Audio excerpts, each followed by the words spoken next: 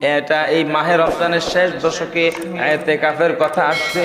রাসূল সাল্লাল্লাহু আলাইহি সাল্লাম জীবদ্দশায় কখনো ইতিকাফ ছাড়েন নাই। প্রতি বছর রাসূল সাল্লাল্লাহু আলাইহি সাল্লাম ইতিকাফ করতেন এবং আমাদেরকে শিক্ষা দিয়েছেন ইতিকাফ করার জন্য। ইতিকাফকারীর মর্যাদা, ইতিকাফকারীর মর্যাদা এমন বেশি, এমন বেশি, এমন বেশি, যে ব্যক্তি আল্লাহর সন্তুষ্টি অর্জনের জন্য, নবী পাকের সন্তুষ্টি অর্জনের জন্য, নিজেকে পরিশুদ্ধ করার জন্য মাহে রমজানের শেষ দশকে ইতিকাফ করবে, আল্লাহকে তালাশ করবে, আল্লাহর ইবাদতে কাটাইবে। রাসূল সাল্লাল্লাহু আলাইহি সাল্লাম বলেন, মান ইতাকাফা আশরাফি রমাদান কানা হাজ্জাতাইনি ওয়া উমরাতাইন, রাওয়াহুল বাইহাকি। আল্লাহু আকবার।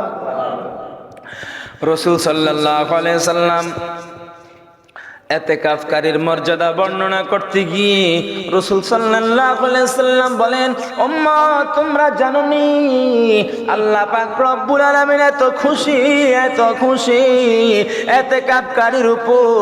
যদি আল্লাহর সন্তুষ্টির জন্য ইতিকাফ করে বিশ্বমজান সূর্য ডুবা থেকে শুরু করে মাত্র 10 দিন, শেষ দশকে নাজাতের 10 দিন, শেষ দশকে যারা ইতিকাফ করবে আল্লাহ পাক রব্বুল আলামিন ওই ব্যক্তির আমলনামায় মাত্র 10 দিন ইতিকাফ করার জন্য আল্লাহ পাক রব্বুল আলামিন 2টি কবুলিয়ত হজ আর 2টি কবুলিয়ত উমরা আদায় করলে যেই পরিমাণ সওয়াব পাওয়া যায়, ওই পরিমাণ সওয়াব মাত্র 10 দিন ইতিকাফ করলে এই ইতিকাফকারীর আমলনামায় আল্লাহ লিখে দেন। সুবহানাল্লাহ।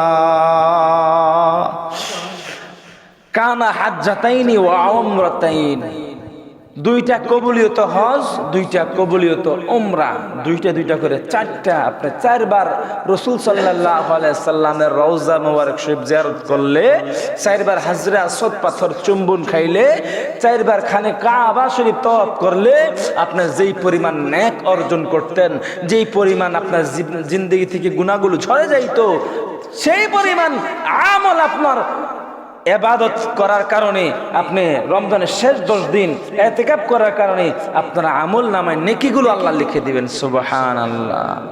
সালাতুন ইয়া রাসূলুল্লাহ আলাইকুম, সালামুন ইয়া হাবিবাল্লাহ আলাইকুম, সালাতুন ইয়া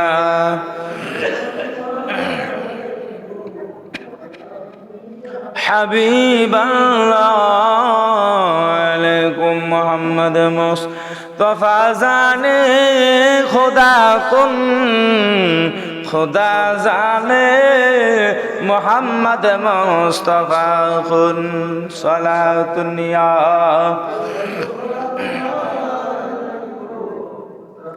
সালামুন ইয়া হাবিবাল্লাহ আলাইকুম, সালাতুন ইয়া রাসূলুল্লাহ আলাইকুম, সালামুন ইয়া হাবিবাল্লাহ আলাইকুম। আমার আব্বুজিরা, আমার যুবক ভাইরা, আমার মুসল্লি ভাই বাবারা, এই যে মাহে রমজান মাস আমরা হায়াতে পাইলাম, এই মাহে রমজান মাসটা হায়াতে পাওয়ার জন্য কত ওলিয়া উলিয়া, কত পীর ফকির গাউস কুতুব ওলিয়া আবদাল, একটি মাহে রমজান যখন শেষ হয়ে যায়, মাহে রমজানের পর যখন শাওয়াল মাস আসে, ওই শাওয়াল মাস থেকে আবার শাবান মাস পর্যন্ত আল্লাহর কাছে চোখের পানি ছেড়ে ছেড়ে ক্ষমা চায়।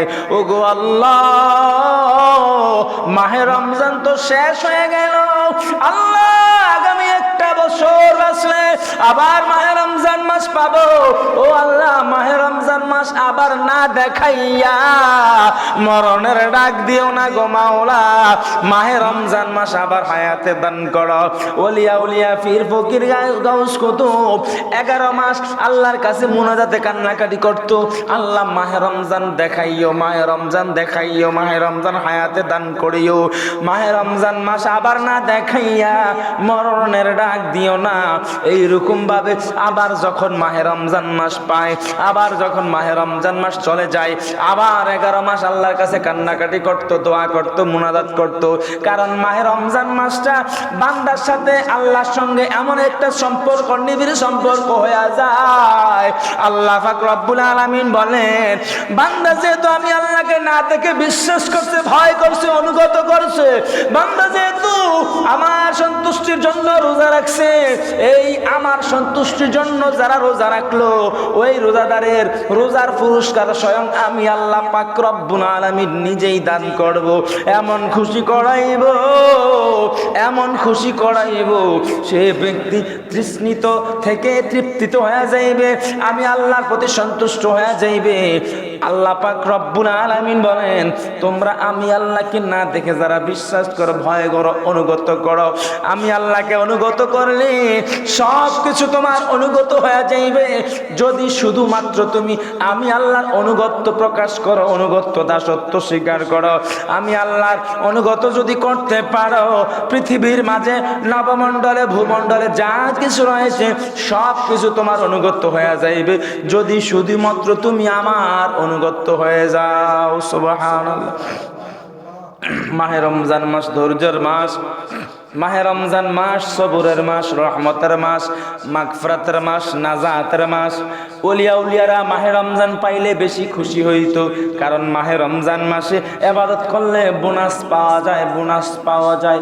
ঈদের দিন যখন আমাদেরকে মুরব্বীরা 100 টাকা 500 টাকা করে যখন হাদিয়া দেয়, উপহার দেয়, আমাদেরকে যখন পুরস্কার দেয়, আমরা যেমন খুশি হয়ে যাই, আল্লাহ পাক রব্বুল আলামিন বলে, ও গোলাম, গুনাহমাখা জবানে যখন আমাকে একবার আল্লাহ বলে ডাক দিবা, মাহে রমজানের বরকতে, মাহে রমজানের ইজ্জতে আমি আল্লাহ 70 বার আমাকে ডাক দিলে যেই পরিমাণ সওয়াব পাইতা, সেই পরিমাণ সওয়াব আমি আল্লাহ তোর আমলনামায় লিখে দিলাম। কারণ মাহে রমজান মাসে ইবাদত করলে আমি আল্লাহ খুশি হইয়া তোমাকে 70 থেকে 700 গুণ পর্যন্ত তোমাকে বোনাস প্রদান করি। এটা বোনাসের মাস, এটা রহমতের মাস, এটা নাজাতের মাস। সমস্ত দুজকের দরজাগুলো বন্ধ, সমস্ত আযাবের দরজাগুলো বন্ধ, সমস্ত জান্নাতের দরজাগুলো খোলা, আসমানের সকল রহমতের দরজাগুলো খোলা। এই মাসে শুধু রহমত বর্ষণ হবে, শুধু রহমত বর্ষণ হবে, শুধু রহমত বর্ষণের মাধ্যমে আমি আল্লাহ পাক রব্বুল আলামিন আমার গুনাহগার বান্দার সমস্ত গুনাহগুলো মাফ করে তাকে ঈমানদার বানায়া দিব। শুধুমাত্র রমজানের দিবসে যারা রোজা রাখবে, রাত্রিবেলা যারা কিয়ামুল লাইল, মাহে রমজানের রাতে যারা তারাবির নামাজ আদায় করবে, আমি আল্লাহ পাক রব্বুল আলামিন তার জীবনের গুনাহগুলো মাফ করে দিব। আল্লাহু আকবার। এই জন্য বাবাজিরা আমার, ঈমানদার যারা, মুত্তাকি যারা, পরহেজগার যারা, দেখবেন শুক্রবার দিন, ঈদের দিন, আরাফার দিন, এইরকম ভালো ভালো দিনে তারা পৃথিবী ত্যাগ করে। আল্লাহ পাক রব্বুল আলামিন বহু ঈমানদারদেরকে তার জীবনে কোনো একটা ভালো কাজের কারণে আল্লাহ পাক খুশি হইয়া মাহে রমজানের ভিতরে মৃত্যুটা তাকে দান করে পারেন। সুবহানাল্লাহ। আমরা অনেক সময় দেখি অনেক লোকের মরণ মাহে রমজানে হয়, মনে মনে প্রশ্ন, এই লোকটা তো এত বেশি পরহেজগার ছিল না, এত বেশি আমল করে নাই, এত বেশি ইবাদত করে নাই, কিন্তু আপনার চক্ষুতে এই লোকটা যদিও বেশি আমল করে নাই, এই লোকটা কোনো না কোনো ইবাদত, কোনো না কোনো আমল আল্লাহর দরবারে কবুল হয়ে গেছে, আল্লাহর দরবারে পছন্দ হয়ে গেছে। মায়া কইরা মায়ার বান্দারে, হাউসের বান্দারে আল্লাহ পাক খুশি হইয়া মাহে রমজানে মৃত্যুটা দান করছে উপহার স্বরূপ। সুবহানাল্লাহ, আল্লাহু আকবার। আকবার। অনেকে দোয়া করে, আল্লাহ মরণ তো দিবা মাহে রমজানে দিও, মাহে রমজানে কোনো জুমার দিন দিও, লাইলাতুল কদরের রজনীতে দিও। তাকায় দেখেন কত মানুষের খবর পাওয়া যায় মাহে রমজানে মৃত্যুবরণ করতেছে।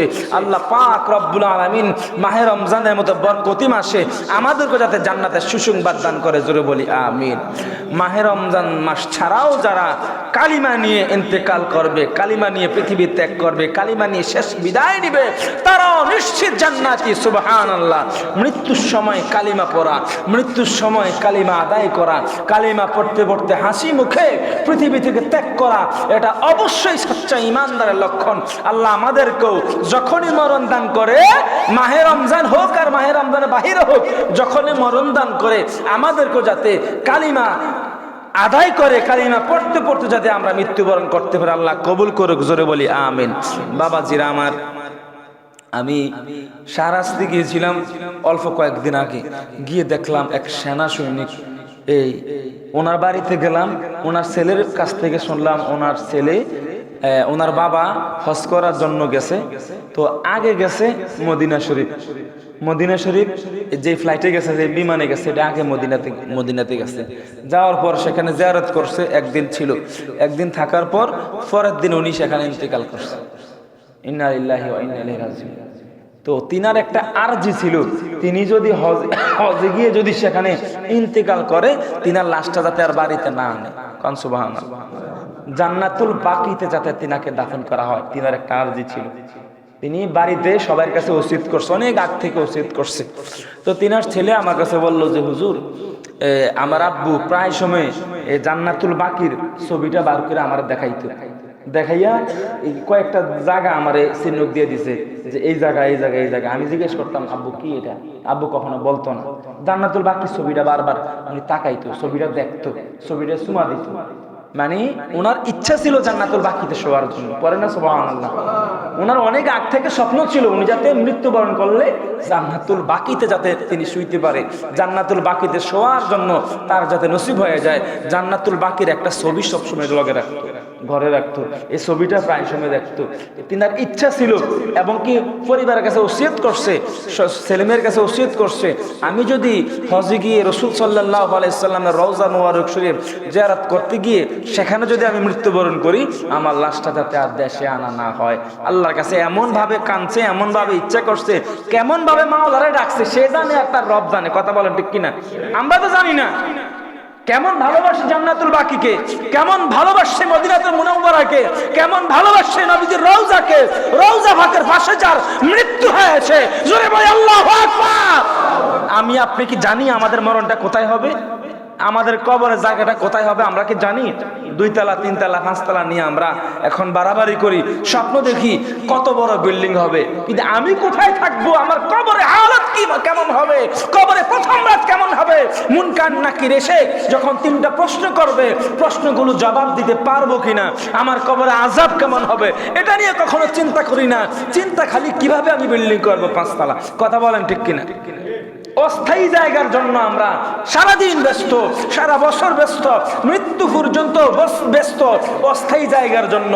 স্থায়ী জায়গা যেটা, যেটা আমাকে যাইতে হবে, থাকতে হবে, যেখানে আলো নাই, বাতাস নাই, যেখানে বিছানা নাই, বন্ধু নাই, সাথী নাই, আমল একমাত্র সাথী হবে, নবীর দুরূদ সাথী হবে, নবীর মিলাদ সাথী হবে, নবীর মুহাব্বত, কবরে নূর হবে, কবরে জান্নাতের বাগান হবে, একমাত্র রাসূলুল্লাহর মুহাব্বত। কথা বলেন ঠিক কিনা? আল্লাহ পাক আমাদেরকে বুঝার তৌফিক দান করে, জোরে কোন আমিন। বাবাজিরা আমার, প্রশ্ন 3টা। মান রব্বুকা, ওমা দীনুকা, ওমা হাজার রাজুল। মান রব্বুকা, তোমার রব কে? তোমার রব কে? ওমা দীনুকা, তোমার দিন কি?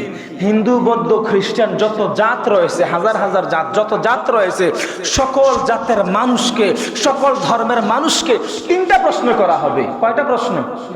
মুসলমান হিসেবে আপনাকেও 3টা প্রশ্ন করা হবে, হিন্দু খ্রিস্টান হিসেবে তাকেও 3টা প্রশ্ন করা হবে। তুমি কোন ধর্ম থেকে আসছো, কোন আল্লাহর ইবাদত করেছো, তাকেও 3টা প্রশ্নই করা হবে।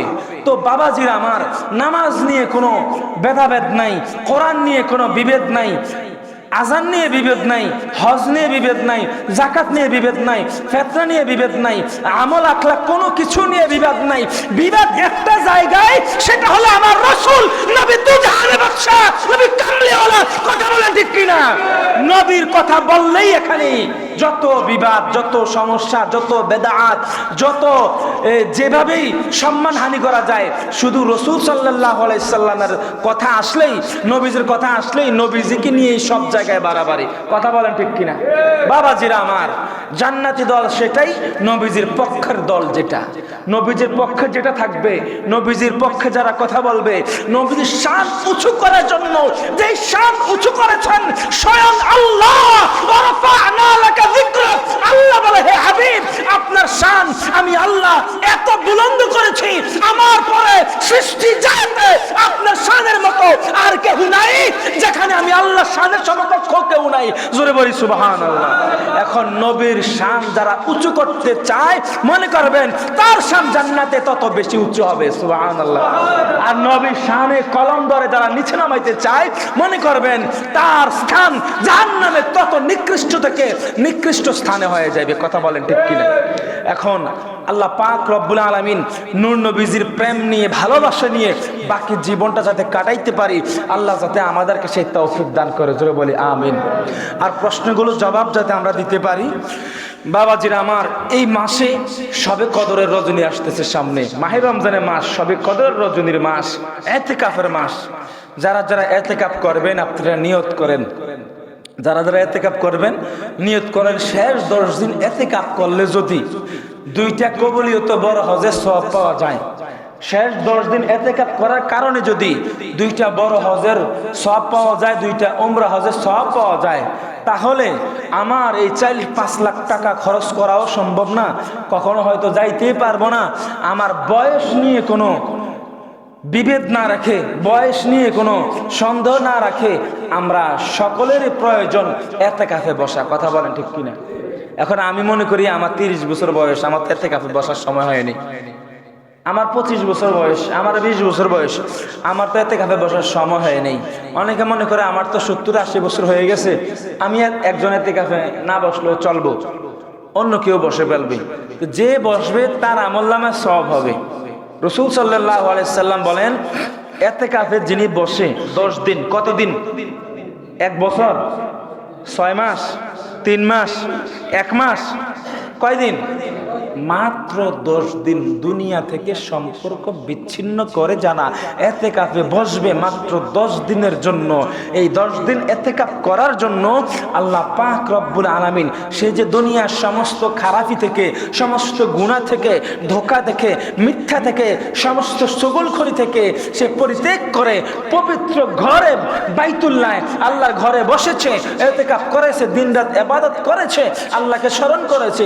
এই জন্য তামাম পৃথিবীর মাঝে যত লোক ইবাদত করেছে, যত নেককার গণের আমল আছে, নেকি আছে, সমস্ত নেককার গণের নেকিগুলো একজন ইতিকাফকারী আমলনামায় আল্লাহ লিখে দিবেন। জোরে বলি সুবহানাল্লাহ, জোরে পড়ি আল্লাহু আকবার। এই জন্য ইতিকাফ করার ফজিলত অনেক বেশি, অনেক বেশি। ইতিকাফ 3 প্রকার। কত প্রকার? কত প্রকার? 3 প্রকার। একটা হইছে ওয়াজিব ইতিকাফ, আর একটা সুন্নতে মুআক্কাদা ইতিকাফ, আর একটা হইছে নফল ইতিকাফ। এখন ওয়াজিব ইতিকাফ হইল যেই ব্যক্তি মান্নত করে যে আল্লাহ তুমি যদি আমাকে এইটা দান করো তাহলে আমি ইতিকাফ করব, এই ব্যক্তির উপরে ইতিকাফ ওয়াজিব হয়ে যায়, তার ইতিকাফ করতেই হবে। কথা কি বুঝতে পারছেন?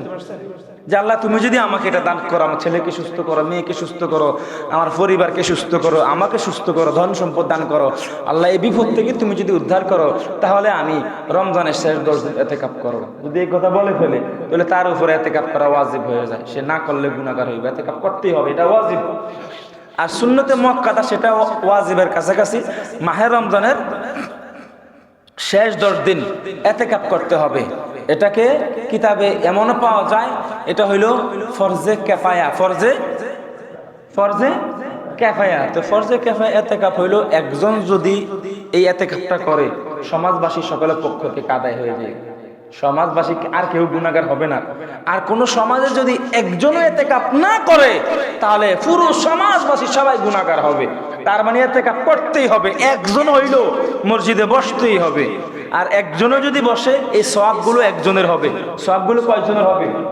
একজনের। কিন্তু সব বাকিরা গুনাহ থেকে বাঁচলো, বাকিরা গুনাহ থেকে বাঁচলো। মনে করছেন একজনে এতেকাফে বসলো, মনে হয় আমার আমলনামা 2টা হজ হইল না, আমাদের আমলনামা হজের সব লেখা হবে না। ওই যে ব্যক্তি বসছে ওই ব্যক্তির আমলনামায় 2টা বড় হজ, 2টা উমরা হজ, 4টা হজের সব হবে। আর আপনি গুনাহ থেকে বাঁচলেন। আপনি কি থেকে বাঁচলেন? গুনাহ থেকে বাঁচলেন। আর মাহে রমজানের শেষ 10 দিন এতেকাফ করা সুন্নতে মুআক্কাদা অথবা ফরজে কিফায়া, এই এতেকাফ করতে হবে। আর যদি কেউ না করে সবাই গুনাহগার হবে। আর মুস্তাহাব আরেকটা এতেকাফ, এই মুস্তাহাব এতেকাফ হলো, নফল এতেকাফ হলো মসজিদে যখনই প্রবেশ করেন তখন এতেকাফের নিয়তে প্রবেশ করবেন। মসজিদে যখনই প্রবেশ করেন, আল্লাহর 12 মাস যখনই প্রবেশ করেন তখনই আপনার নিয়তের ভিতরে একটা নিয়ত থাকবে, এতেকাফের নিয়তে আমি মসজিদে প্রবেশ করতেছি। যতক্ষণ আপনি মসজিদে বসে থাকেন আপনার অটোমেটিক আমলনামায় সওয়াব লেখা হতেই থাকবে। সুবহানাল্লাহ। এই জন্য বাবাজিরা আমরা চেষ্টা করব এতেকাফের পূর্ণ সওয়াব হাসিল করার জন্য, মাহে রমজানের সওয়াবগুলো হাসিল করার জন্য। এই মাহে রমজান মাস আমরা পাইলাম, আফসোস আজকে কততম রমজান বিদায় নিয়ে যাচ্ছে? কত? 16তম রমজান বিদায় নিয়ে যাচ্ছে। রমজান কি জন্য আসছে? কি নিয়ে আসছে? কোরআন নিয়ে আসছে। এই যে রমজান, শাহরু রমাদানাল্লাযী উনজিলা ফীহিল কোরআন, কোরআন অবতীর্ণ করা হয়েছে মাহে রমজানে। কোরআনের নাজিলের মাস মাহে রমজান, সত্য মিথ্যা পার্থক্যকারী মাহে রমজানে কোরআন নাজিল হয়েছে। কোরআন নাজিলে মাস মাহে রমজান। মাহে রমজান মাস আসলো আমাদেরকে পরিবর্তন করার জন্য। 16 রমজান চলে যাচ্ছে, আমার ভিতরে কতটুকু পরিবর্তন এসেছে। 16 তারাবি চলে গেছে, 16 রোজা চলে যাচ্ছে, 15টা ইফতার চলে গেছে। আমার ভিতরে রমজানের পরিবর্তন কতটুকু ঘটেছে। আমি কয় হাজার দুরূদ শরীফ পড়েছি, কয় হাজার বার কালিমা পড়েছি, কয় হাজার বার ইস্তেগফার পড়েছি, কয় হাজার বার আল্লাহু আকবার পড়েছি, কয় হাজার বার তাসবিহ তাহলিল পড়েছি। আমি কয় পৃষ্ঠা কোরআন পড়েছি, কয় লাইন কোরআন পড়েছি, কয় সূরা কোরআন পড়েছি, কয়েকটা নামাজ কাজা গেছে। আমার ভিতরে হারত কি এসেছে, পরিবর্তন কি এসেছে, একবার হিসাব মিলান দেখবেন। আল্লাহ বলেছে ওয়াল আসর, নিশ্চয়ই সময়ের কসম, ইন্নাল ইনসানা লাফি খুসর, সকল মানুষেরা অবশ্যই অবশ্যই ক্ষতিগ্রস্তের মধ্যে পড়ে আছে। কথা বলেন ঠিক কিনা?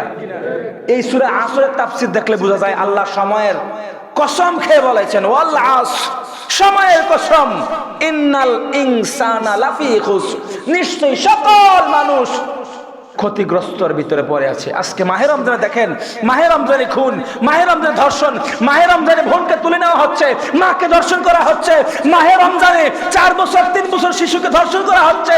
বাংলাদেশে ধর্ষণের শাস্তি হিসাবে মৃত্যুদণ্ড দেওয়া হয় না। ইরান দেখেন, আমেরিকা দেখেন, আপনি বাইরে অন্যান্য দেশে দেখেন, সৌদি আরব দেখেন, দুবাই দেখেন, কাতার দেখেন, যুক্তরাজ্যে অন্যান্য খ্রিস্টান রাষ্ট্রেও দেখেন ধর্ষণকারী শাস্তি একটাই, সেটা হলো ফাঁসি। কথা বলেন ঠিক কিনা? আপনি খ্রিস্টান রাষ্ট্রের দিকে তাকায় দেখেন, তারাও ধর্ষণ যারা করবে তাদেরকে ফাঁসির কাস্টে ঝুলায়। আর বাংলাদেশ আর ভারত, এই 2 দেশে দেখেন ধর্ষণের কোনো বিচার নাই। প্রথম কয়েকদিন একটা হামাহামি যায়, পরে টাকা দিয়ে ছুটে আসে অথবা কয়েক মাস জেল।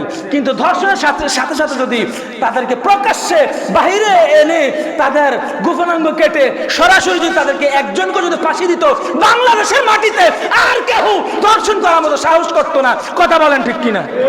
বাংলাদেশে একজনকে যদি প্রকাশ্যে এসে গলা কেটে তাকে হত্যা করা হতো, কোরআনের আইন হিসেবে তাকে মৃত্যুদণ্ড দেওয়া হতো প্রকাশ্যে, তাহলে বাংলাদেশের দ্বিতীয় আরেকজন ধর্ষণকারী হওয়ার জন্য সাহস করে লোক না। বাংলাদেশ আর ভারত এইরকম একটা অবস্থা চলতেছে, মনে হয় যে ইহুদির দেশের চাইতো আমাদের খারাপ অবস্থা হয়ে গেছে। আজকে মা বোনেরা নিরাপদ না, শিশু মেয়েরা নিরাপদ না, আজকে মহিলারা নিরাপদে না, ঘর থেকে বাইরে হইলে ভয় থাকে মা বাবারা। আল্লাহ পাক এই সমস্ত হেফাজত, এই সমস্ত আযাব থেকে আমাদের সন্তানদেরকে, মেয়েদেরকে, বোনদেরকে, মাদেরকে, স্ত্রীদেরকে, আমাদের কন্যাদেরকে, নারীদেরকে ইসলামে যে মর্যাদা দেওয়া হয়েছে ওই মর্যাদা অনুযায়ী নারীদেরকে আল্লাহ পাক যাতে হেফাজত করে। জোরে বলি আমিন বলেন। যে মাসে মানুষের সৎ পথ প্রদর্শন এবং হেদায়েতের প্রমাণ, এটা এমন একটা মাস, শাহরু রমাদানাল্লাযী উনজিলা ফীহিল কোরআন, এটা এমন মাস যে মাসে সত্য মিথ্যার পৃথককারীর জন্য আমি আল্লাহ কোরআনুল কারীম নাজিল করেছি, সত্য মিথ্যা পার্থক্যকারীর জন্য আমি আল্লাহ এই মাহে রমজানে কোরআন শরীফ নাজিল করেছি, কোরআন শরীফ অবতীর্ণ করেছি। তোমাদের যাহারা রমজান মাস পায় তাহারা রমজানের রোজাগুলো রাখবে। আল্লাহ পাক রব্বুল আলামিন বলেন, ও মুসলমান,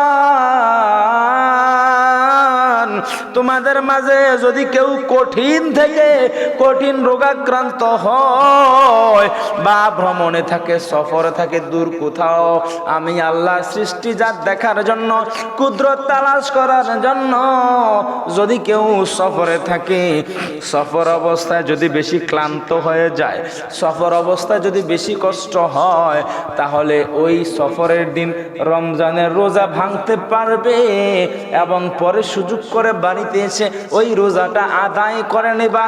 আর যখন বেশি অসুস্থ হইবা, বেশি রোগাক্রান্ত হইবা, অধিক বেশি যদি রোগাক্রান্ত হও, তাহলে রমজানের রোজাটা তুমি ভাঙতে পারবা। আর যখন সুস্থ হও তখন রোজাটা অবশ্যই তোমাকে রাখতে হবে। পরি সুবহানাল্লাহ। কত সমাধান, কত সুন্দর সমাধান! ইসলাম যে কত সুন্দর, ইসলাম যে কত শান্তি। ইসলাম, আল্লাহ পাক রব্বুল আলামিন বলেন, আমি বান্দাকে এমন কোনো কাজ দেই নাই যেই কাজটা করার মতো আমার বান্দার সাধ্যে নাই। আমি আল্লাহ এমন একজন আল্লাহ, এমন একজন রব, বান্দার কল্যাণের জন্য সব কিছু দান করেছি, বান্দার কল্যাণের জন্য সাধ্যের ভিতরে দিয়েছি। বান্দা যত ইবাদত করবে, যত আমল করবে, সব কিছু তার সাধ্যের ভিতরে।